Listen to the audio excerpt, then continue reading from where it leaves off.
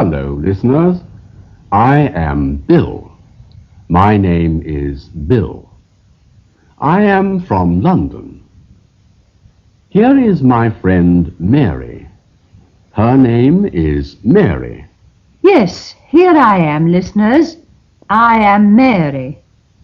His name is Bill, but my name is Mary. Mary is from London too. We are both from London. I am English, and Mary is English too. We are both English. Mary is a woman. She is an English woman. Bill is a man. He is an Englishman. My father and mother are in Manchester. They are both in Manchester. But my sister is in America. My brother is in America too. I am here in the studio. Yes, Bill is here. He is here. Mary is in the studio too. She is here. We are here in the studio, Bill and I. We are both here. You are here, Mary, but your brother is in America. My sister is in America too. Yes, Bill, they are both in America, our sister and brother. Hello, listeners. I'm in the studio, but Mary isn't here. She's late. Oh, dear. Am I late? Are you here, Bill? Yes, of course I'm here. I'm early, but you're late. Yes, I am. I'm sorry I'm late. And the listeners are sorry too. We're all sorry. Are you always late, Mary? Oh, no, I'm not always late. Are you always early, Bill? No, of course not. Is your brother here, Mary? No, he isn't in London. He's still in America. Is your sister here? No, she isn't in London either. She's still in America too. My sister's a teacher. Are you a teacher, Mary? No, I'm not. I'm a typist in an office. I'm a student, too. What are you, Bill? I'm a teacher. You're a student and a typist. I'm not a student, and I'm not a typist either. No, you aren't a typist. What are the listeners, Bill? They are students too. They are all students of English.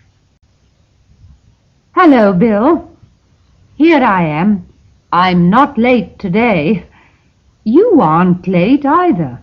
No, I'm not. We are not late today. We are both here in time. Please sit down, Bill. Here's your chair.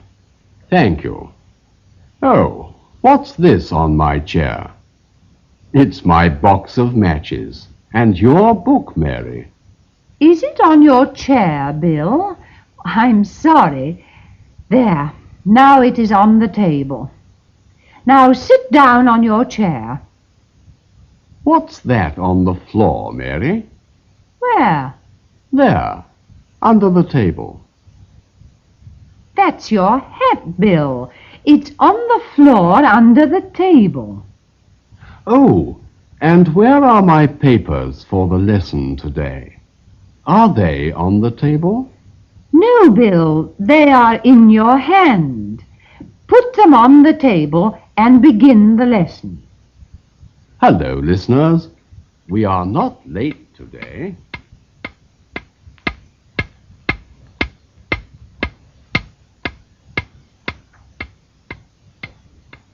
Now the lesson is over. Take your papers and put them in your pocket. There. Now they are in my pocket. And my book? Ah, here it is. No, this isn't my book. That's my book. This is your book. Now take both books, and here's your box of matches. Put it in your pocket. Where's my hat? Is it on the chair? Is it in your hand? No, it isn't in my hand, and it isn't on the chair either. It's still on the floor under the table. Under the table? My hat on the floor under the table? Yes, so it is. Thank you, Mary. Come along, Bill. It is late. Good morning, Bill. We are both in time today. Hello, Mary. What's that in your hand? In my hand? Yes. What have you in your hand? Oh, a packet of cigarettes. Are they good cigarettes, Mary? Of course they're good, but I haven't a match. You have cigarettes, but no matches. That's bad. But I have a match. Have you? Where? In my pocket. I have a box of matches, but no cigarettes. Oh, good. Please give me a match, Bill. Listen, Mary, here's a match. Now you give me a cigarette. One match for one cigarette. That's 50-50, isn't it? No, Bill. One match for one cigarette is not 50-50. All right, Mary, then I have no match for you. Oh, then please take a cigarette and give me a match. Here you are. Thank you, Mary. That's very good. Now I have a box of matches and a cigarette too. Here's a match for you. Thank you. Mary, you have blue eyes. Your eyes are dark, dark blue. Huh? You have blue eyes, haven't you? Yes, but... And your hair, it's brown. You have light brown hair, haven't you? What is all this? Of course I have. Are you serious, Bill? Of course I am. This is a lesson, isn't it? A lesson on the verb have. Hello, listeners. Today we are not in the studio. We are in a room at our club. It's a nice large room, full of tables and chairs. This room has a large window and two small windows. The large window is open, but the two small windows are shut. The door is shut, too. What's that picture between the door and one of the windows? It's a picture of an old castle in Scotland. What's the name of the castle? It's Stirling Castle. And look, on the wall near the picture is a small notice. Oh, yes. What is the notice? It's not very large. It's a notice about a concert. The concert is tonight. I have 2 tickets, one for you and one for me. Thank you, Bill. But I haven't your new address, Mary. Please give me your address. Of course. Number 5. Wait, I haven't a pencil. Here you are. Thank you. Now I haven't a piece of paper. I haven't a piece of paper either, but I have a cigarette packet. Good. Please put the cigarette packet on the table. Where's the pencil? Ah, here it is. I have it in my hand. Now, what's your new address? Number 5, Castle Street. Number 5, Castle Street. Why, Mary, this packet's nearly full. Haven't you an empty packet? Oh, yes, that's not the right packet. It's the wrong packet. I have an empty packet in my bag. Here you are. This packet's empty. Thank you. Number 5, Castle Street. Hello, listeners. Today there is a visitor in our studio. It is my sister Linda. Yes, listeners, I am his sister, and my name is Linda. There are some flowers on our table today, some red flowers and some yellow flowers. They are very pretty. They are for our visitor. She is pretty too. She has a nice blue dress on and black shoes. Thank you, Bill.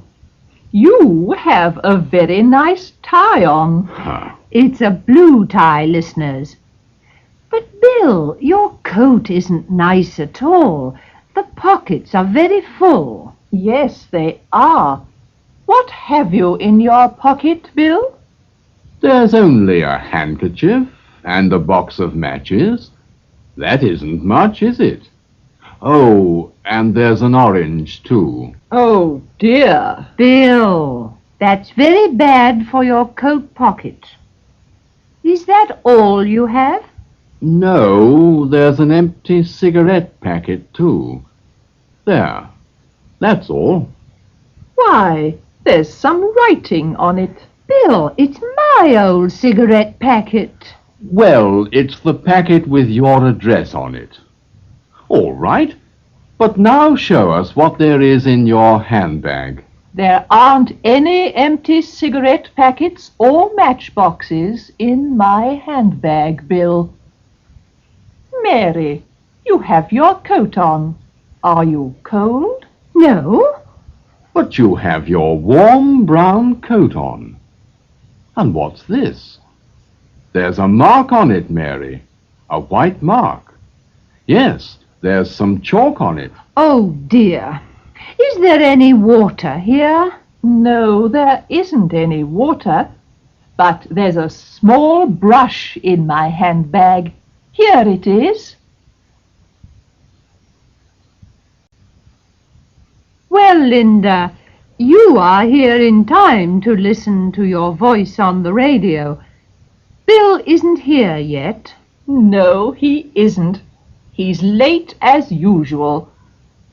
Ah, here you are, Bill. It's almost time for the broadcast. Come in and take off your hat and coat. And now sit down here with us. You are very late. Why? Well, there's a shop down the street where they sell things to eat. When I am near, I go there and buy a sandwich or a cake. There were many people in the shop today. Never mind, Bill. Just hang your coat behind the door and come and sit down. Hurry up, Bill. Hello, listeners. Today there is a visitor in our studio. It is my sister, Linda. Yes, listeners, I am his sister. Is there any water here? No, there isn't any water, but there's a small brush in my handbag. Here it is. There. That was the end. Well, all our voices sound very good, I think. I expect you are hungry now, aren't you? I am not very hungry, but I am thirsty. Good. I have some tea ready for us to drink. And I have some cake from the shop. I hope you like cake. It's in my coat pocket on the door behind you, Linda. Please take it out of the pocket and put it on the table. Here you are. It's a very big packet. Of course. There are 3 pieces of cake in it, one for each of us. Now I am hungry as well as thirsty. What good cake. We are glad you were late today, Bill. Please always come a little late if you bring cake.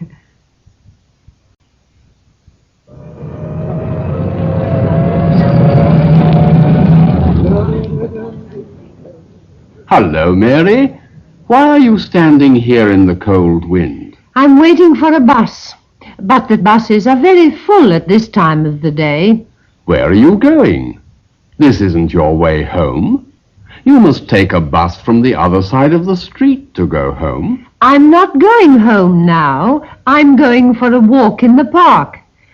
I always like to go for a walk before lunch. Then why aren't you going there on foot? Why are you going by bus? Why not walk from here to the park too? It isn't very far. Oh, no, Bill. It isn't very interesting to walk through the streets. In fact, it's very boring. So I always take a number 3 bus.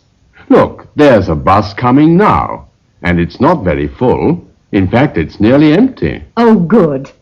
Goodbye, Bill. I must go. I must get on this bus. Room for 2 more only. Hurry up, please. Stop, Mary. You're getting on the wrong bus.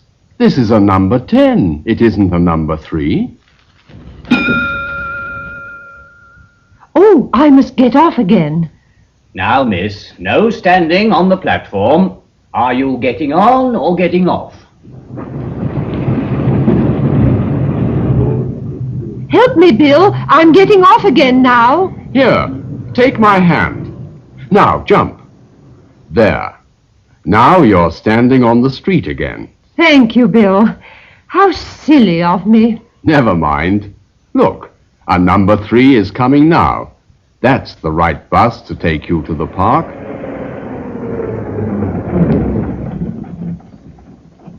Goodbye. Have a nice walk.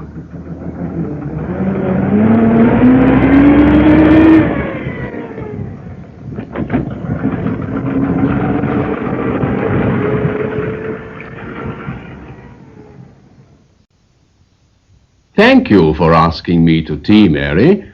I'm a little late, I'm afraid. Your flat is quite a long way from my school.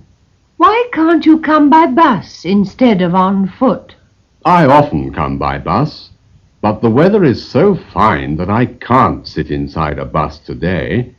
Instead of that, I can enjoy the sunshine in the park.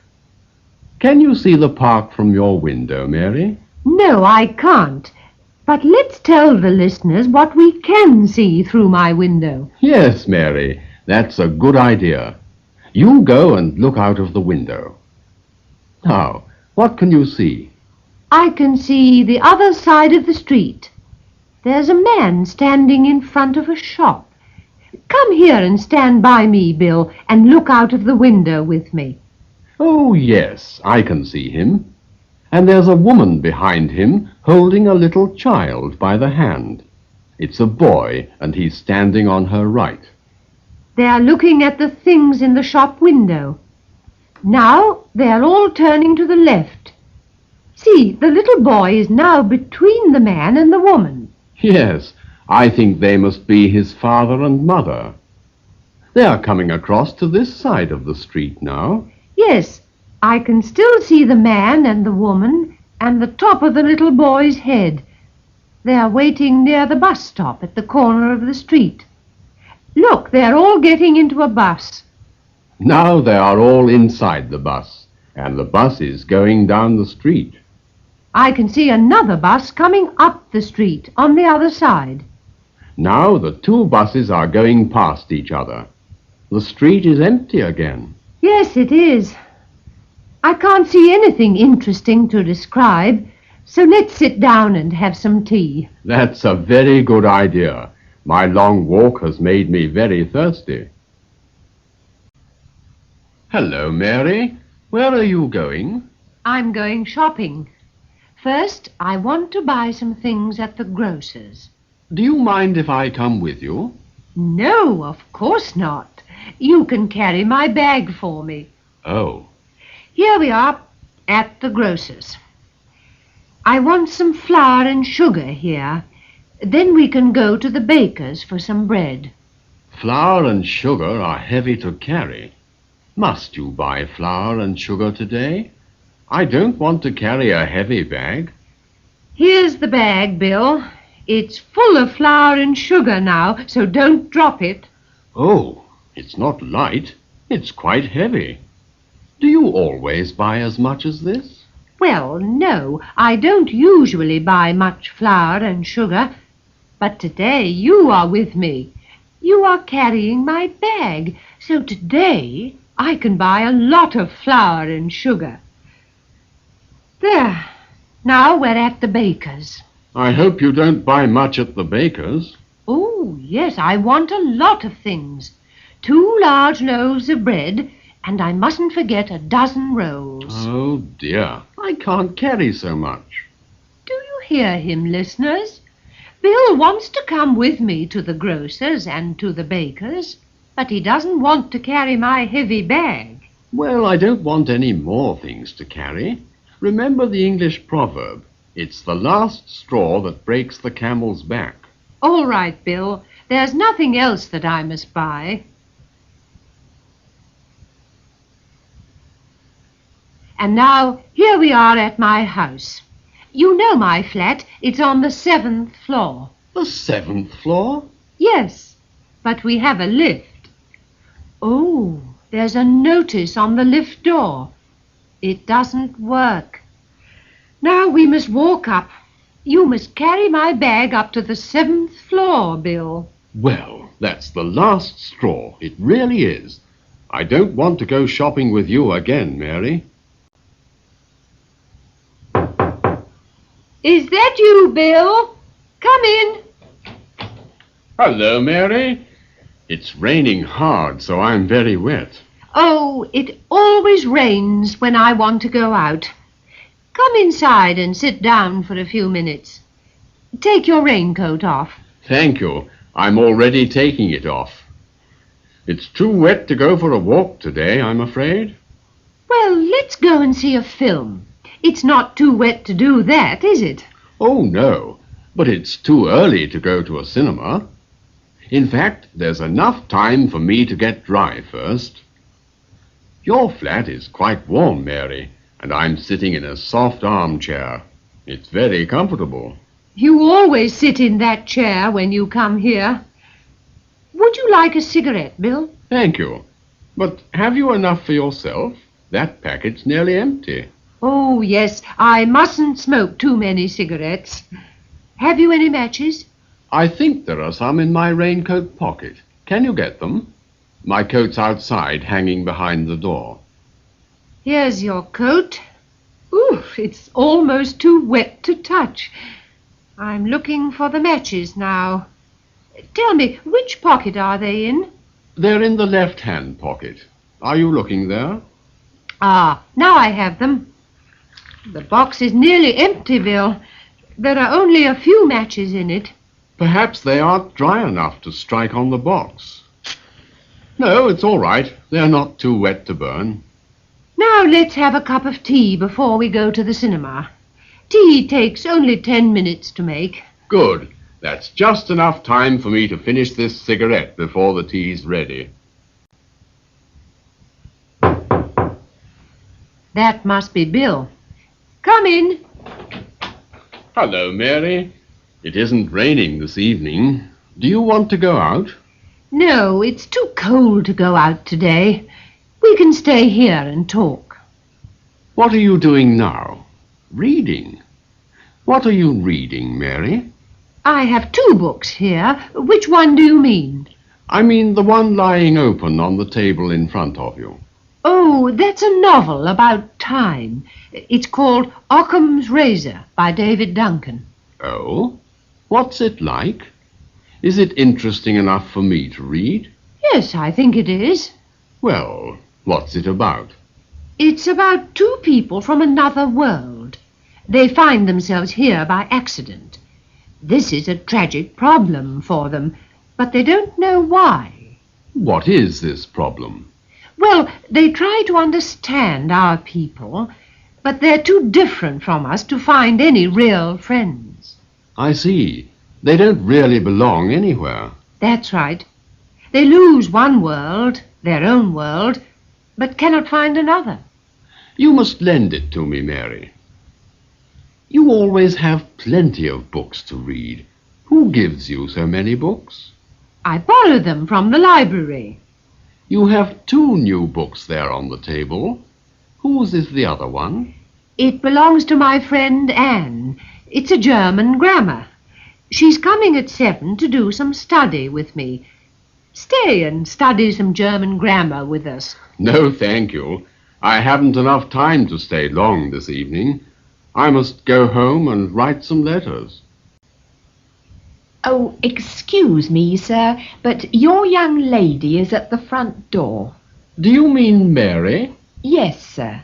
Please ask her to come in. She can't stop, sir, she says, and she doesn't want to take her coat off. All right, I must go and see her. And perhaps you can make us a cup of coffee. Hello, Mary. What brings you here this morning? Hello, Bill. I'm on my way to an exhibition of modern paintings. Do you want to come with me, Bill? I don't know. How's the weather? Isn't it very cold out? Is it far to go? Won't it take us long to get there? What a lot of questions. No, it isn't very cold out. It's a little foggy and it's raining, that's all. And as to the distance, it takes only 10 minutes to get there by bus. What a pity it's raining so hard. I don't like rain. Oh, that doesn't matter. The bus stops almost at the door. And you have an umbrella, haven't you? No, I haven't. Somebody borrowed it. Never mind. You have a very good raincoat, haven't you? I sent it to be cleaned, I'm afraid. Excuse me, sir, but perhaps you and the young lady would like a cup of coffee. That's very kind of you, Mrs. Martin. I would very much like a cup. And you, Mary? What about it? Thank you, Mrs. Martin. A quick cup, then. That'll be lovely. But we mustn't be long, Bill. Look at the clock. It's getting late. All right. Mrs. Martin will bring our coffee in a moment. But you'd better take your coat off. It's very wet. There. And your feet look wet, too. Why don't you dry them by the fire? Here's the coffee, sir. Thank you. Oh, Bill, I begin to think I'll never get you to the exhibition this morning.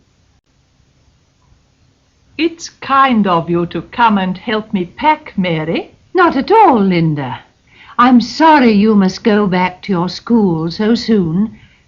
Can we shut this case now? I think so. Are there any more of my things on the table behind you? Only a book. Here, put it in. It's yours, isn't it? No, it isn't mine. Whose is it, I wonder? Perhaps it's Bill's. No, it isn't his either. There's a library mark inside the cover. Hello, girls. Can I help you pack, Linda? No, Bill, you can't. There aren't any more things to pack. But you can help carry Linda's luggage to the station, of course. Well, Linda, I want to... Now, where? No, it must be in this pocket. What are you looking for, Bill? I have a little present for you. I know it's in one of my pockets, but I can't find it. I must look in the other pockets. Oh, I like presents. And I have one for Mary, too. But, Bill, you needn't bring me a present. I'm not going away today. I know I needn't, Mary, but they are only little ones, you know. Ah, here they are. Headscarves. What gay ones. Which is mine? You can choose yours first, Linda, because you are going away. The one in your left hand has a picture of the Tower of London on it. And look, the other one has a map of London on it. Thank you, Bill. I should like the one with the Tower of London. Do you know why? No. No? Tell us. Look, Bill, I have a little present for you, too. An ashtray. Aha, there's the Tower of London again. But, Linda, you mustn't give me a present. You are the guest, you know. Well, I know I needn't, but I want to, just as a little souvenir of my happy holiday. Thank you, Linda. Now we all have presents. I like mine very much. And we like ours, too. But look at the time, Bill. We mustn't be late for Linda's train. Here, take the cases out to the taxi. Mary, do you really like London? It must be very different from your hometown. Well, yes, it is. I come from a small town, much smaller than London. You come from Manchester, a much bigger town than mine, so life in London isn't very different for you. Yes, I suppose it must be quite different in a small town. But do you like living and working here? Isn't it more difficult to get from your home to your office? Oh, yes, it's easier at home. There I can always go to work on foot. But in London I have to go by underground. I love the underground. I really miss the noise of the trains and the smell of the stations when I'm away from London. Oh, do you also go to work by tube, Bill? Well, no, not often. I usually go by bus. It's cheaper than the underground for me. Oh, but it's much slower. The underground is the quickest way of all. But, as you say, it's also the dearest. No, it's neither cheaper nor dearer generally. It's only because I don't live near a tube station that it's cheaper for me to take a bus. But it's quicker by tube anyhow. Yes, but don't forget, Mary, that you can't see anything from the window of an underground train. It's more interesting to look out of the window of a London bus. I like sitting upstairs, higher than all the people in the street. I suppose the big red London buses are even more famous than the tube trains. Visitors can see all London from the upstairs windows. Older people can ride downstairs, but younger people, and especially visitors, like riding upstairs. It is certainly the cheapest way to see the most interesting things in London.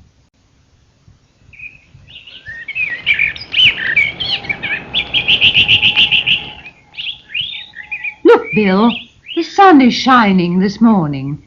Spring is here. Let's go out. All right. Where do you want to take me? I really don't know. Where would you like to go? I should like to go into the country, or perhaps to a park. Well, what's the time now? It's 5 minutes past 11 by my watch. It's 11:15 by mine. I think your watch must be slow. No, I'm sure it isn't slow. Yours must be fast. Mine is right by the radio time signal. Anyway, we have enough time to go to a little wood on a hill just outside the town.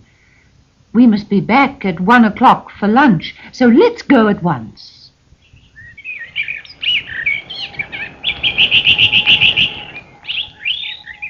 Well, it's very lovely here, Mary. Much nicer than in the town, isn't it? Yes, much. I always think the town is worse than the country when the sun shines. You know, spring is my favorite season. I think winter, or perhaps late autumn, is the worst season. Oh, I like winter, if there's plenty of snow. Yes, snow is much better than rain and fog. But the best season for me is summer. Look, Bill, snowdrops, the first flowers of spring. What a lot of them! They cover the ground as far as I can see through the trees. Now I know why spring is your favorite season. Winter is so dark and wet, and spring brings the first warmer sunshine and the first flowers. And the birds begin to sing. Can you still hear them? But look, Mary, here's an even nicer flower for you, the first violet. Here are 4 together. Oh, thank you. I like violets best of all. How sweet they smell. Lovely. What's the time now, I wonder? Have we enough time to go farther? Oh, dear, it's 12:30. We can't go any farther. Oh, your watch is still 10 minutes fast. It's really only 20 past 12. Still, we must go back to lunch now. Well, it takes less time to go home. It's downhill all the way. Come along, Bill. Mary, how do you generally spend your time? I don't often see you, so you must be busy. Well, I generally wake up early, get up and have breakfast. Yes, of course. We all get up and have breakfast in the morning. Oh, no, Bill. Some people sleep by day and work at night. Yes, there are people who must work all night. They sleep all day, I suppose. After breakfast, I go to the office. At midday, I have lunch with my friend Anne at a nearby restaurant. And what about you, Bill? Do you sleep all the morning? Certainly not. I teach in the morning, and sometimes in the afternoon and evening too. What? Why not at night, too? Oh, but I am often busy at night. I correct my students' exercises and prepare lessons. I like working late at night. Do you work late every night? No, I am interested in music and can play the violin. Some evenings I play music together with some friends. I don't play anything, but I sometimes go to a concert in the evening. And at the weekend, on Saturday or Sunday, I try to get away from my work altogether. Yes, that's the best part of the week. I play tennis on Saturday afternoons, and in the summer I can play in the evenings after work. We have a proverb about this in English. Our listeners can learn it. All work and no play makes Jack a dull boy. Bill, do you know that old rhyme about the days of the week? Let's say it together for the listeners. All right, you begin. Solomon Grundy, born on Monday. Christened on Tuesday, married on Wednesday. Ill on Thursday, worse on Friday. Dead on Saturday, buried on Sunday. That is the end of Solomon Grundy. Good. I remember another rhyme about wedding days. Monday for wealth, Tuesday for health, Wednesday, the best day of all. Thursday for crosses, Friday for losses. Saturday, no luck at all. Well, Mary, I hope your wedding isn't on a Saturday. It's luckier for you to keep Saturday as your tennis day. Hello, George. I wanted to speak to you yesterday, but you weren't at your usual place for lunch. No. I had a free day from the newspaper office because I worked so much overtime last week. Oh, I see. You had a holiday. Well, I stayed at home and minded the baby. What? You looked after the baby? Whose baby? Oh, it was my landlady's baby. She wanted to go shopping in the morning, so I stopped at home and did a lot of useful things. Oh? Yes. I mended my radio, washed a shirt and some socks, cleaned out the drawers of my desk, and started to do a crossword puzzle. I don't call that a holiday, except perhaps the crossword. I wanted to ask you to come to the concert last night, the one at the town hall near where we live. That's funny. My office called me in the afternoon and asked me to go and write an account of it. I noticed that you weren't there, Bill, but your friend Mary was. Was she indeed? That's very strange. Why, look, here she comes. Hello, Mary. In a hurry? Hello, George. And Bill, too. Where were you yesterday evening? I expected to see you at the concert. No, I waited for you at the corner of your street. I smoked at least 5 cigarettes. Then I looked for you at your flat, but the porter said you were out. But you said to me yesterday, meet me at the concert tonight. You waited for me at the wrong place. That's how you missed me. How stupid. So it was my fault. I made a mistake. I walked to the town hall and paid for my own ticket. Then the concert started. I hope to see you later. Yes, I wanted to go, but it was too late. So I stayed at home and played the violin. After the concert, I said to myself, Bill must be ill. I must ring him up tomorrow. Anyhow, you missed a good concert. Never mind. Mary and I enjoyed the public concert, but you at least had your private one, Bill. Hello, Mary. What are you doing here in the park so early on a Sunday morning? The same as you, I expect, Bill, enjoying the sunshine. Where did you go yesterday, Mary? I didn't see you all day. Did you do anything interesting? Well, I worked at the office all the morning, as usual. And you know what I did in the afternoon, because yesterday was Saturday. Oh, of course. You must have played tennis in the afternoon. Where did you play? Our office has its own tennis club, so I played there. They have very good tennis courts. Did you play many games? Yes, I did. I played a match of 3 sets against my friend Anne. You must have been very tired. Did 3 sets take all the afternoon? Yes, they were long games. We were very thirsty after the last game. Didn't you have any refreshments? Oh, yes, we had some lemonade. I had a sandwich, too, but Anne didn't have one.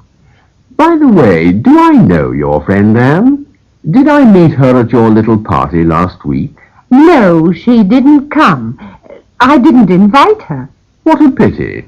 I want to meet her. Perhaps you do, but I'm not sure that I want her to meet you. Oh, Mary, I don't want you to think I'm specially interested in Anne. But you are, though, aren't you? Anyway, let's talk about something else. Did you go anywhere yesterday, Bill? Yes, I was at the theatre in the evening. They did a play by Terence Rattigan called The Deep Blue Sea. That must have been very interesting. Did you enjoy it? Yes, I did. You must come with me next time I go to the theatre. Oh, and bring Anne with you. Thank you, Bill. It's very kind of you to ask me to come, but I really can't bring Anne with me. Hello, you two. I thought I saw you in Windsor yesterday, but of course I must have been wrong. Oh, You see, I went there to report something for my newspaper. I saw 2 people just like you in a coach, but of course you couldn't have been at work and in Windsor at the same time, so I knew I was wrong. As a matter of fact, George, you were right. We went by coach with a group of my foreign students to show them places outside London. We got to Windsor about 10. yes, and then we spent about 2 hours in the castle. You must have seen us when we came out. Oh, so that was it. Where else did you take them? We took them to Runnymede, where someone gave us a short talk about Magna Carta. After that, we left for a small market town. We found a place for lunch on the way. We sat there for some time, ate our lunch, and drank a lot of tea. We bought tickets for the annual agricultural show when we got to the market town. There they showed the best fruits and vegetables they grew themselves. There were also stalls where they sold the local produce. Our students spoke with a lot of people and kept asking questions about life in a small town. We left the show at... Oh, Bill, you forgot the amusements. There were roundabouts, swings, and competitions. Some of the students rode on the roundabouts. Some even won prizes in the competitions. One fell off a swing and tore his coat. Luckily, he didn't hurt himself. When it became too dark to see much, we came back in the coach. The students sang songs most of the way home. You seem to have enjoyed yourselves. Did your students find the trip useful as well as amusing? Oh, yes, it taught them something of life in the country. And some of them told me that they began to feel that the real Britain lay outside London. It's time I met some of your students for an interview. I want to write a little piece about them for my newspaper. Next time, George, you must come with us yourself. Did I tell you about the strange visitor who came last night? No, was it anyone I know? I don't think so. I was at home after supper. Suddenly, I heard a knock at the door. a very soft knock. So I went to see if anyone was there. And who was there? Nobody. I opened the window to see if anyone was in the garden. And what did you see? Nothing. Nothing at all. You didn't see anything, but you heard someone at the door. This is very mysterious. What happened next? I went back, shut the door, and sat down. Perhaps nobody knocked, I thought. Then I felt something at my feet. It moved against my legs. Oh, what did you see this time? Nothing again? No, it was a black cat. It belongs to the people upstairs. Everybody in our house likes it, so it visits everybody to look for something to eat. It goes everywhere. What did you give the cat to eat? Nothing. I gave it a little milk to drink. It stayed for a few minutes, hoping for something more, I expect. Then I let it go upstairs again. Did it drink everything? Nearly everything. There was only just enough milk left for my coffee this morning. Hello, Mary. How are you today? I hear you weren't well last week. I'm much better now, thank you. What was the matter? Nothing serious, I hope. Oh, no. I had a bad cold and had to stay in bed for 2 days. I'm glad you're better anyway. I hope it was the last cold of winter and not the first cold of summer. And what about your friend Anne? I hear that she is ill, too.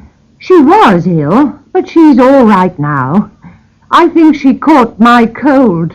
Everybody seems to have one now. I expect it's the sudden change of weather. One day hot and the next day cold. And very windy, too. That's why I'm wearing a scarf round my head today. What do you think of it? Pretty, isn't it? It certainly is. It must have cost a lot. Where did you find it? Oh, I got it at a sale. It was quite cheap. Really? Well, Mary, I must say it suits you very well. What a pity we men can't wear pretty scarves round our heads. Never mind. Let's go and buy one like it to send to your sister Linda in America. Now, that's very kind of you, Mary. But I doubt if a scarf is worth sending to America. There must be others just as good over there. Thanks all the same. Well, I must be going. We're supposed to be back at the office by 2:30, and I don't want to be late. No, that would never do. Anyhow, I must be off too. If you are free this evening, Mary, what about going out somewhere? Well, yes, that would be nice. I've nothing on this evening. What did you have in mind? How about a new film? Or perhaps I can book seats for a concert or theatre. I leave it to you, Bill. But now I really must fly. I want to ring up Anne from the office to see if she's well enough to play tennis tomorrow. Well, I mustn't keep you any longer. I can give you a ring later to let you know when and where we can meet this evening. Goodbye. Goodbye, Bill. 10 across. A small coin, 8 letters. 6pence, I expect. Only 3 more words. Oh, there you are, Bill. Sorry to be a little late for tea. What a nice table this is, right by the window. You're not late, Mary. I was early for once. That's how I got a table by the window. Guess who came in while I was waiting for you? I'm no good at guessing. Who was it? Anne? I still don't know Anne, do I? No, it was George. He is somewhere in the other room, round the corner. I saw him when he was passing through. Why didn't you ask him to sit with us? I waved to him, but he was looking the other way at the time. I didn't go and find him, Because somebody could have taken this nice table while I was looking for him. Well, let me fetch him while you keep our table. All right, I can finish my crossword. I was doing it when you came in. Now, which word was I looking for? I was writing sixpence when Mary came in, wasn't I? Here we are, Bill. George was sitting all by himself. Oh, hello, George. I was sitting here doing my crossword when you arrived. I'm surprised you didn't notice me. I wasn't looking at people. I was looking for a vacant table. Well, what's the joke, Mary? Did either of us say something funny? No, not really. I was just thinking of something. What about your crossword, Bill? Oh, it's finished now. I wrote the last word while you were fetching George. Ah, here's the waitress. Let's order something now. What would you like, sir? Just tea and cakes will do, I think, George. A pot of tea for 3, please, and a plate of cakes. Yes, sir. While we're waiting, George can tell us what he did yesterday. Oh, Mary, what is the joke? I suppose I must tell you, but it's nothing really. As I was looking for George, I met Anne. Anne? Why didn't you bring her too? She was just going out. She was sitting at the next table while you were doing your crossword. Well, I don't think that's funny. Well, you said you were surprised that George didn't notice you. I am surprised that you didn't notice a pretty girl when she was sitting almost next to you. So am I. That's not like Bill at all. Ah, here comes our tea. The cakes look nice too. Let me pour out the tea for you both. You began to tell us about your trip, George, while we were waiting. Where did you go? I went walking with some friends in Epping Forest. Here's your tea, George. Did you enjoy yourselves? Oh, yes. It was raining a little when we left London, but the sun was shining when we got to the forest. What did you do there? We walked for about 2 hours through the woods in the warm sunshine. Birds were singing in the trees, and all kinds of flowers were growing everywhere. Very romantic. Here, George, have another cake. Thanks. Did you have a picnic in the forest? Yes, we took sandwiches with us. We had a sudden shower of rain as we were eating them, but it soon stopped. When we got back to the bus, the sun was setting, and it was getting dark. It must have been a lovely day, George. I was lazy yesterday. I just stayed at home. But we went out last night, George. We had dinner at a restaurant. They had a grill for meat and fish. I smelt it as we were standing outside and reading the menu in the window. As we were going through the door, Mary dropped her gloves. Yes, but we found them again by chance as we were coming out. You were lucky to find them again, Mary. She certainly was. Anyhow, we had an excellent meal. We ordered grilled trout. While we were waiting for the fish, we had some soup. Then, as we were eating the trout, 2 friends of mine from the tennis club came in, so they joined us for dinner. But Mary and I had to leave early because we had tickets for the theatre. The other 2 were still eating when we left. That reminds me, I must leave too. I enjoyed having tea with you. You pay for the tea now, Bill, and let me know what my share comes to. No, George, you are our guest. We are glad to have your company. Yes, of course. It's a pity you have to go already. Well, thank you very much. Goodbye, both of you. Goodbye. Goodbye, George. I wonder how our listeners learn English by themselves. It's useful to have a teacher, I suppose. Yes, of course it's helpful to have a teacher. But I expect many of our listeners are learning without one. Can you tell them the best way to learn English, Bill? Well, listeners, the most important thing is certainly to listen hard. When you hear English, on the radio, at the cinema, anywhere, listen hard. Perhaps you don't understand all the words very well. Never mind. Perhaps people speak too quickly or too quietly for you. That doesn't matter. It helps your ear to learn the sounds. That's what I must do to learn French better. I understand people when they speak slowly, but not when they speak quickly. I must listen more carefully. You must read carefully too. Some of our listeners, of course, can also read our conversations. They must read them well, before we speak, while we are speaking, and again the next day. But how do the listeners know if they read well or badly? Perhaps they read worse every time. Oh, I think they can easily learn that.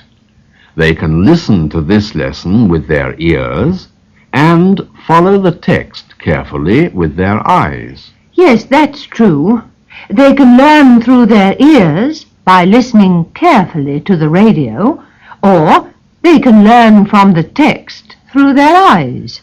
But they can learn much more quickly through their ears and their eyes at the same time. And through their mouths, too. We often have sentences for them to practice aloud. Yes, we do.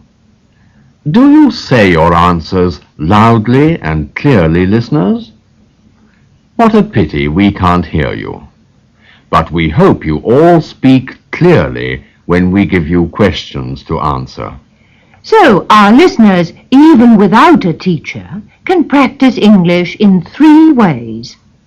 They can hardly do better than that, can they? You know, Aunt Susan, I'm glad that you have come to see me this evening. Why, Mary? Because you like to stay at home and talk while we both do some mending. I see you've brought some work with you today, as usual. Yes, I don't like to have nothing to do. This evening I've brought your uncle's socks. They want darning. And I've found a few things to do, too.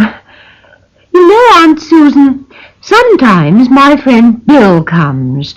We nearly always go out, so I hardly ever do any mending. That reminds me, I haven't seen your friend Bill for a long time. That's probably him at the door now. Hello, Bill. Hello, Mary. Oh, good evening, Aunt Susan. Good evening, Bill. I've just told Mary that I haven't seen you for a long time, and here you are. You both seem very busy. What are you doing, Mary? I'm mending my coat. What's wrong with your coat? Nothing much. A button has come off, and I'm sewing it on again. And what's Aunt Susan doing? Well, I'm darning my husband's socks. I've brought them here to mend while we're having a chat. What hard-working people you are. I haven't brought anything with me, but perhaps I can mend my watch. What's the matter with your watch? It doesn't go. It has stopped. I must open it with my penknife. There.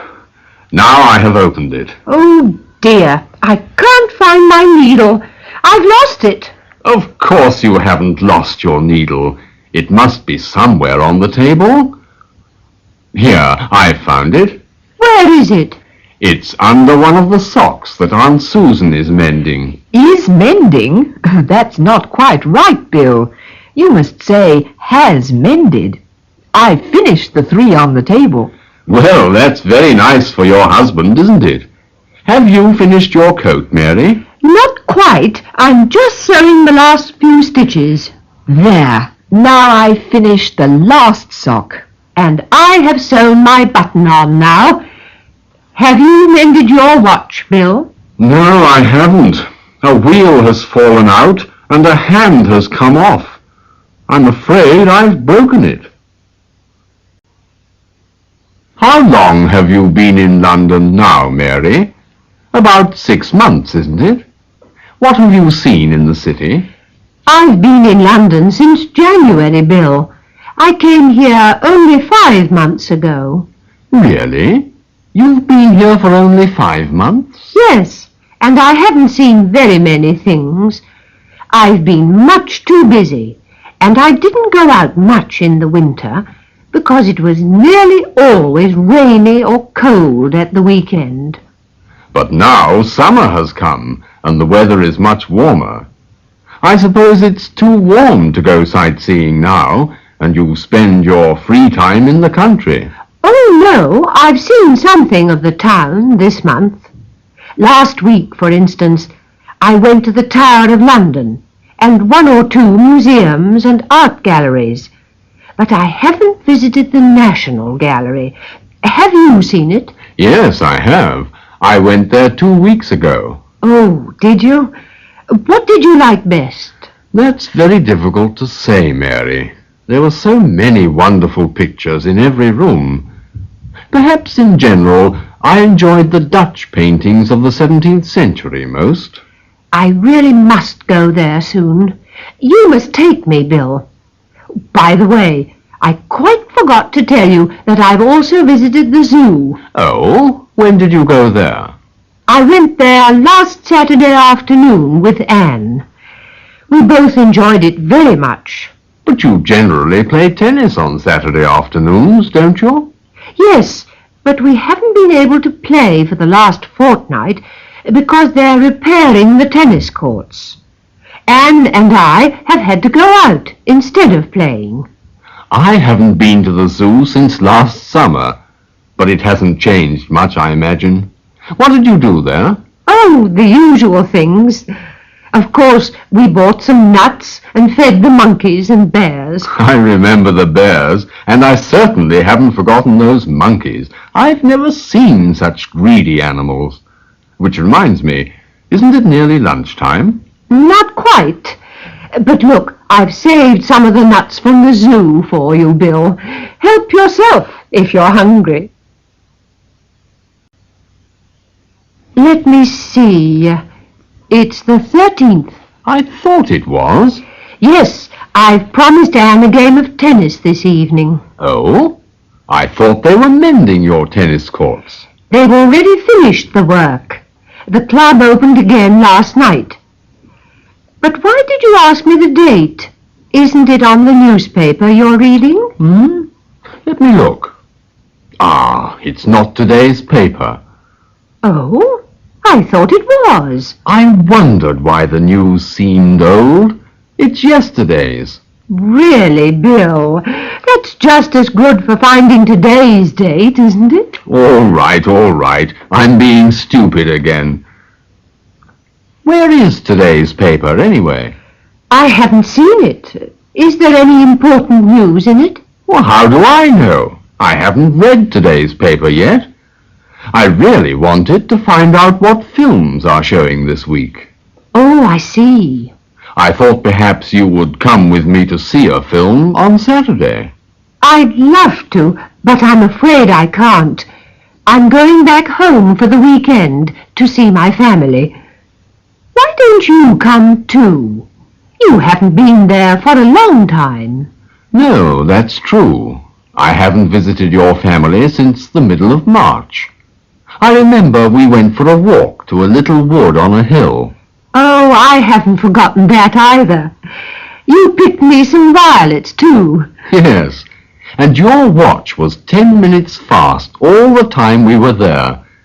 Have you put it right yet? Well, no, I've kept it fast ever since. It helps me to be early. But you haven't answered my question yet. Can you come and stay with us again? Yes, thank you. I've never forgotten my last visit. It was very enjoyable. I'm glad you can come. Oh, look at the time. I really must go now. What? You've just told me your watch is still 10 minutes fast. So let me buy you a coffee at the little cafe near the park. Oh, thank you, Bill. But you must let me get you today's paper on the way there. Well, George, I must leave you now. It's lovely to sit here in the sun, but I have some work to do. Well, don't forget this evening. Where will you meet me, and at what time? I shall be busy till 7 with evening classes, so it will be about 7:30, I suppose. Where will you be at that time? I shall be at home. I can come to the little cafe near the park. Will you wait there for me? I shall have the cinema tickets with me, so we can have a coffee first. That'll be fine. I say, look who's coming. It's Mary. She seems quite excited. Hello, you two. I have some news for you today. Oh, shall we be pleased to hear it? I don't know. Next week I'm going to Scotland. Scotland? Scotland? What for? Well, I have a week's holiday. Lucky girl. Will you stay in Edinburgh? No, I'm going to a seaside village on an island off the west coast, the Isle of Arran. I've never been in Scotland before. How will you go? By plane? No, I shall go by train and boat. I wonder what I shall see on the journey. Well, you will certainly see Glasgow. After that, you'll take a boat down the River Clyde and out to the islands.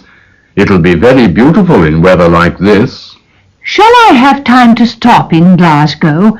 I shall want to see as much as I can. Perhaps you will have time to see something of the city before you catch your boat. Perhaps you'll want to stop there a day or two. Shall I like the sea trip, do you think? Of course you will. I expect the boat will visit several seaside towns first. Then you'll want to stop a day or two to see them, too. But I can't stop everywhere, or I shall never get to Arran. I have only 1 week's holiday. When will you leave? I shall leave on Saturday afternoon. Well, I shall come to the station to see you off. I expect George will come, too. Yes, I shall certainly try to come. Well, Mary, we shan't see you again for more than a week. You'll be on holiday at the seaside in Scotland. Lucky Mary. We'll be here in London, sitting in the newspaper office or teaching in a classroom full of chalk dust. Well, George, you'll be able to go out in the sunshine sometimes. You're a journalist. I'm the one who'll have to stay in the classroom, don't forget. And you won't be able to have any radio lessons, will you? I shan't be here. But of course we will. I know you won't be here, but we'll still have the radio lessons. Oh, will you have them without me? Just you and George? Oh, no, Mary. We shall have your voice, too. After this conversation, we shall have to record 2 more on tape today. Then we shan't have to make any more while you're on holiday. No, you won't, will you? You'll be able to have a little holiday, too. We shan't really have a holiday because we'll have to stay longer today to record the extra lessons. Never mind. I'll buy you both a coffee afterwards to celebrate. By the way, do you think I'll be able to hear my own voice on the Isle of Arran? Certainly you will. Perhaps you will have to get up early to hear it well. But that'll be good for you, Mary. Do you think so? Well, next week I'll be lying in the sun on the sand. You'll both be working hard in London. I'll be thinking of you all the time. That'll be very kind of you, Mary. And you won't forget to send us a postcard, will you? Yes, we shan't see you for more than a week, so you'll have to write to us.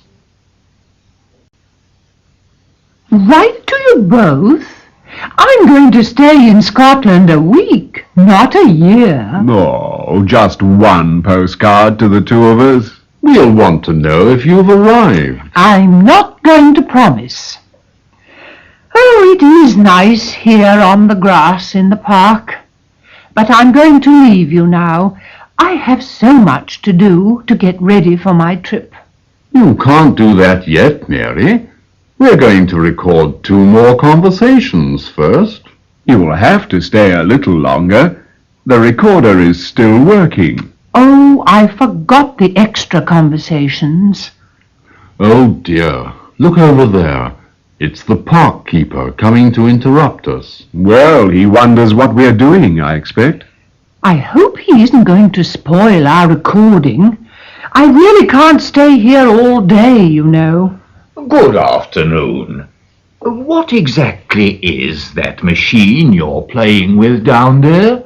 It's our tape recorder. That's what I thought. And what are you going to record here in the park? Birds? No, we're just making a recording of ourselves. And what are you going to do with that? Play it at home? Oh, no, it's for our radio listeners overseas. They're going to learn English from our conversations. Really? You're going to record something for a radio program? We are recording something. What? Now? Just the 3 of you? 3? Well, there are 4 of us now. Our friends overseas are going to hear your voice, too. Oh, no. You're not going to send them my voice, are you? Of course we are. They'll learn a lot from you. Really? I'm going to be famous. This is Fred Brown, park keeper, speaking to all the world. Look out, George. He's not going to stop. Fade him out. Here, give me the microphone. I'm going to tell all your listeners about my life. They're going to hear all about a day in the life of a park keeper. The whole world's going to... Phew, has he gone? He nearly spoiled the conversation, didn't he? What a long speech he made. He still thinks everyone is going to hear it. And what a waste of time. I don't think I'm going to be able to do my shopping at all today. Now that we've finished the first of the 2 lessons that we have to record before I go on my holiday to Scotland, perhaps we can have some tea before we begin the second one. Oh, no, this is the second one already. There won't be time for a cup of tea till this one is finished, too. Think how many cups of tea you'll be able to have when you're at the seaside next week, at any time of the day. When you hear this lesson on the air, you will still be on the Isle of Arran. What a lovely thought. As soon as I hear our voices, I shall laugh. I know I shall. Why will you laugh, Mary? Are our voices so funny? No, but I shall want to laugh because I'll be having a holiday while the other 2 voices are still in London. Yes, I suppose we shall both have to stay here till you get back. Tell us, Mary, are you going to do a lot of sightseeing in Scotland? Not on this visit. This is going to be a real holiday. So I'm not going to do anything at all. What? Nothing at all? Well, I'm going to rest and lie in the sun as much as possible. And I'm going to read some detective stories. That's all. Well, send us a postcard before you leave and let us know what time your train arrives. Perhaps we can come and meet you. But we shan't recognize her, George, by the time she gets back. She'll be quite brown from the sea air. I'll carry something as a sign when I get out of the train. Will that help you? Yes. You'll have to put a flower in your coat buttonhole before the train arrives at the station. That's right. A yellow rose, perhaps, or a red carnation. As soon as we see the flower, we shall know it's you. Oh, I'm sure I shall still look the same. But of course, it'll be nice to see you both on the arrival platform. If you really can't recognize me, I'm sure I shall still recognize you. Well, did you enjoy your week at the seaside, Mary? Oh, yes, I did. I feel very much better now. Not tired at all. You've had a lovely sunny week, haven't you? Are you going to spend another holiday there soon? I hope I'll go there again some day, but I don't know when I'll be able to. I must soon make plans for my holidays. I haven't yet decided where I want to go. George came with me last year. Did he? Where did you go? We made a tour of several countries in Europe. I don't think I can afford to go abroad again this year, though. Have you ever been to the Channel Islands? It's very much like a trip abroad to go there, because they lie quite close to France. The sea is warm, there's plenty of sun, and it won't cost very much if you want to go. Good heavens, Mary, you sound like a travel agent. Have you changed your job since you came back from Scotland? Of course not, but I was reading a brochure about Jersey yesterday. I'll ask George tomorrow if I see him. He hasn't made up his mind yet either, so perhaps we can go there together. Will you join us if we go to the Channel Islands, Mary? What a wonderful idea. Let me know what George thinks. I'll certainly try to come too, if the time is suitable. I have an even better idea. Why not ask your friend Anne to join us? I still haven't met her, you know. What do you think of that? No, Bill, it's a very bad idea. I really don't know why you are so interested in her. Perhaps because you are always talking about her.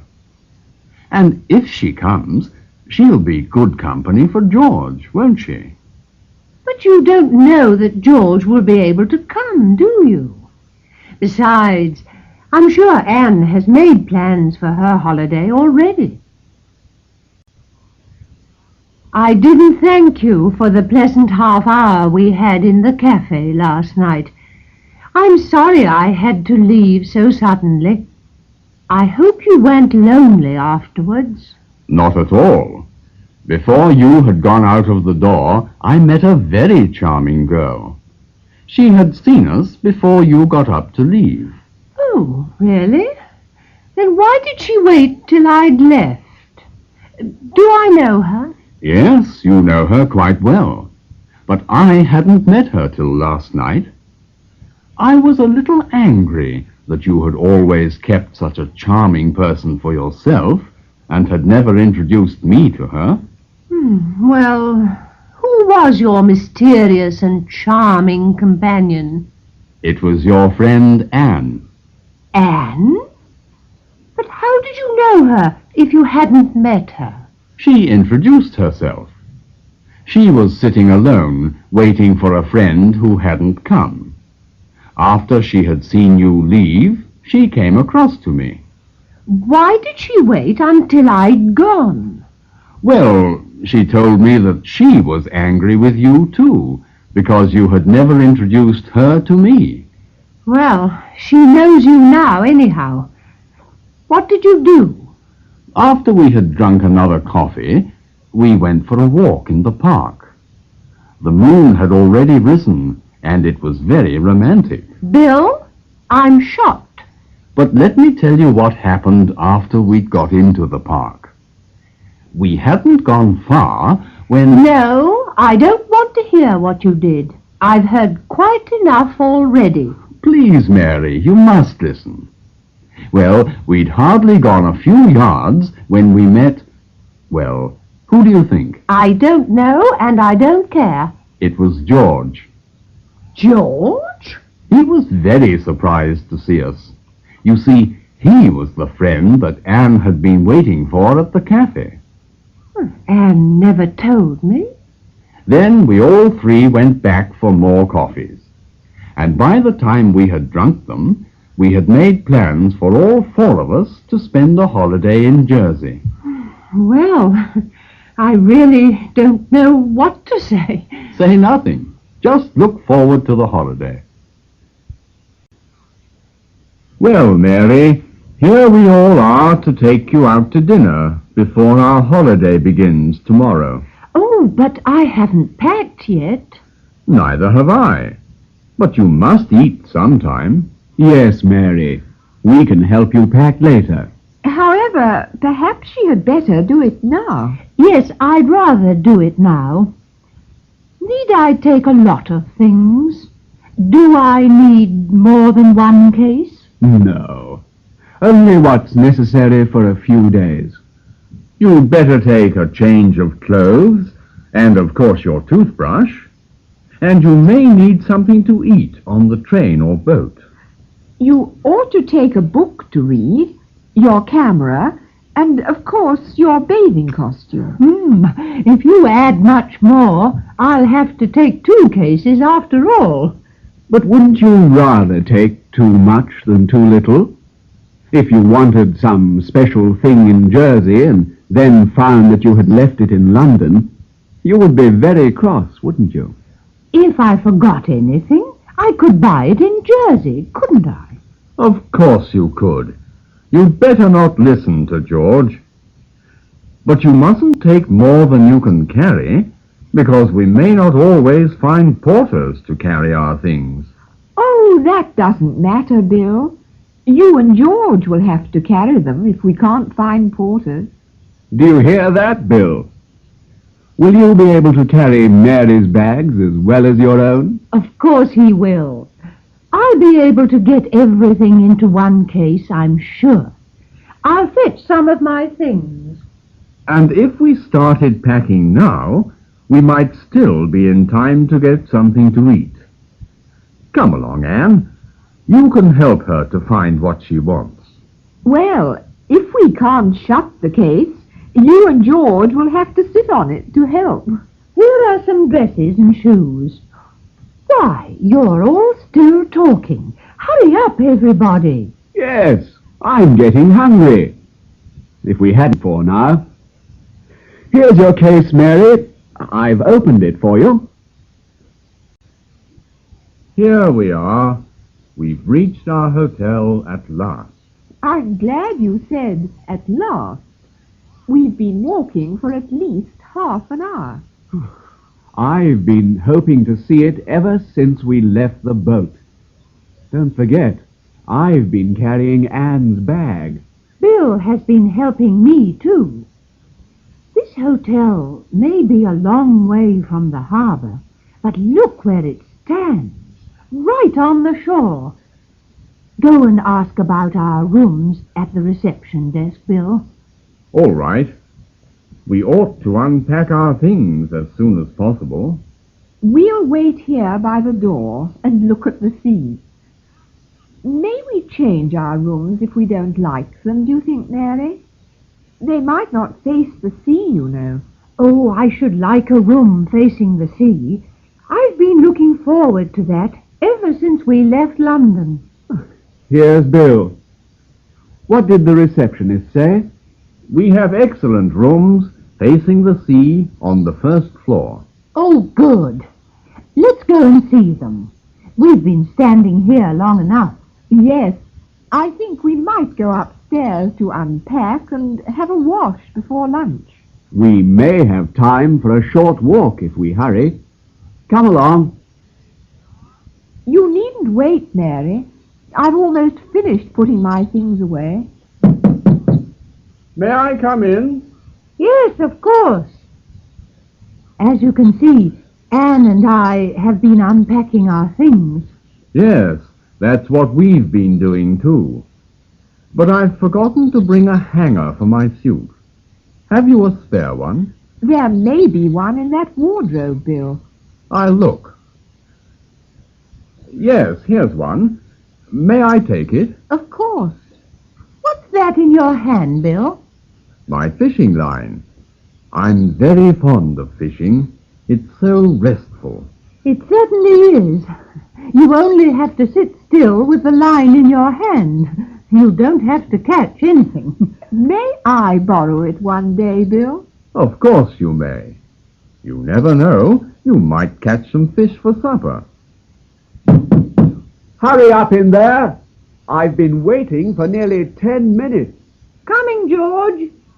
We've been talking too much, as usual. Hello, Bill. Anne and I have just come out of the sea. The water's lovely this morning. Yes, I've been watching you from this rock. You must both be very tired. You've been swimming for over an hour. Yes, we need a rest now. Have you been fishing all the time? Haven't you caught anything yet? Well, I mustn't tell a lie, I suppose. I've been sitting on this rock since breakfast. I haven't caught any fish yet. Anne, you needn't smile like that. I will catch something before we go back to London. You might catch a cold, Bill, but I don't think you'll catch a fish. Well, I'm hungry. We'll have to go to lunch soon. Where's George? Need you ask? There he is, over there at that table under the trees. He's been waiting for us to come to lunch for at least half an hour. We'd better hurry then. Come along and change, Anne. Ah, here you all are at last. I've been getting hungrier every minute. Poor George. Still, you needn't have waited for us. That's all right. We shan't have to wait long for our lunch anyway. I've already ordered it. Good. It's lucky we don't have to depend on the fish that Bill catches. You needn't tease me about it all the time, Anne. Before we leave here, I'll catch some fish for our supper. Ah, I'll eat my hat if you do, Bill. Now you must catch some fish, Bill. Then Anne will have to eat her hat. Well, he hasn't much time. We shall have to leave here on Sunday, you know. Are there any other places we must visit before we go? Oh, yes. We must certainly have a picnic on that little island in the bay. We'll need a boat, of course. It needn't be a big boat. We can row there ourselves. Can you girls row? Well, we can both row a little. Good. Let's go there tomorrow, shall we? Now that we've found two people to do all the hard work of rowing the boat. If you depended on our rowing, you'd never reach the island. Anyhow, if you make us row, you will have to prepare all the food for the picnic. Oh, in that case, we'll do the rowing. So this is the little island. What lovely rocks and sand. I'm glad we've come here for our picnic. So am I. You and Bill have rowed very hard, George. You must both be quite tired. Well, yes, we are a little, I suppose. Wouldn't you like a rest, Bill? Yes, I would.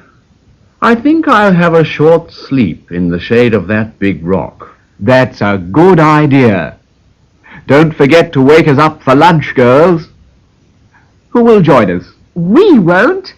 Don't be so lazy. We're not. You aren't tired, Anne, because you didn't row. Nor did Mary. Now then, why are you two quarrelling? They aren't really. They're just arguing. Well, stop arguing. Oh, look, Bill. There's a cave up there among the rocks. So there is. We can put our food there, can't we? Yes, we can. It'll keep cool in the cave. We must put it there at once. Of course we must. Come and help me carry everything up from the boat. Yes, it won't take long if we all fetch something. Oh, I say, this rucksack is rather heavy. And so are these bottles. I must be careful not to drop them. Yes, you must. Look, you've left two down there in the boat. Why, so she has. Who will go back for them? I will. I'm the nearest. No, you won't. I will. It was I who forgot them. Well, so did I. I was in the boat too. Yes, of course you were. But, you see, I began to take the bottles, so I ought... Hello? Where's Bill? He was here a minute ago. Ah, here he comes with a bottle in each hand. He must have gone back to the boat. Yes, You have all been arguing, and the bottles have been getting warmer in the sun. Let's put everything in the cave, then George and I can have our little rest before lunch. Well, I'm going to bathe. So am I. Come along, Anne. That was fine, Mary. I enjoyed my bathe very much. So did I. And now I'm ready for the picnic. Oh, so am I. Look at Bill and George. They're still lying in the shade of this rock. Why, so they are. And they haven't unpacked the sandwiches. Bill! George! Hey! Wake up! Hello. It's you. Of course it is. And we want our lunch. Yes, we're very hungry. So am I. I've been lying here in the shade, thinking. Thinking? You were both fast asleep. Were we? Of course you were. We had to call you twice. Yes, we did. Well, do you want anything to eat? Yes, please. What is there in the rucksack? Sandwiches. Some have cheese in them and some have meat. There are some hard-boiled eggs, too. Well, come and get what you want. I'm too lazy to move. So am I. Throw me an egg, please, Mary. Thanks. Throw me one too, Anne. Careful, not too high. Thanks. I say, where's the salt? I can't find it. You packed the rucksack, Bill. Did I? Well, I put in everything you gave me. Oh, never mind. I don't need salt with my egg. Neither do I. But I do. I don't like eggs without salt. Nor do I. Well, you can both go and dip your eggs in the sea. This is a picnic, not a hotel. And another thing, please remember we are not your servants either. All right. We won't argue. By the way, which of you can row a boat? I can't. Nor can I, at least not very well. Aha, but we can. So don't forget that we're not your ferrymen either. Well, Mary, today is the last day of our holiday, isn't it? I'm afraid it is. I shall be sorry to leave Jersey.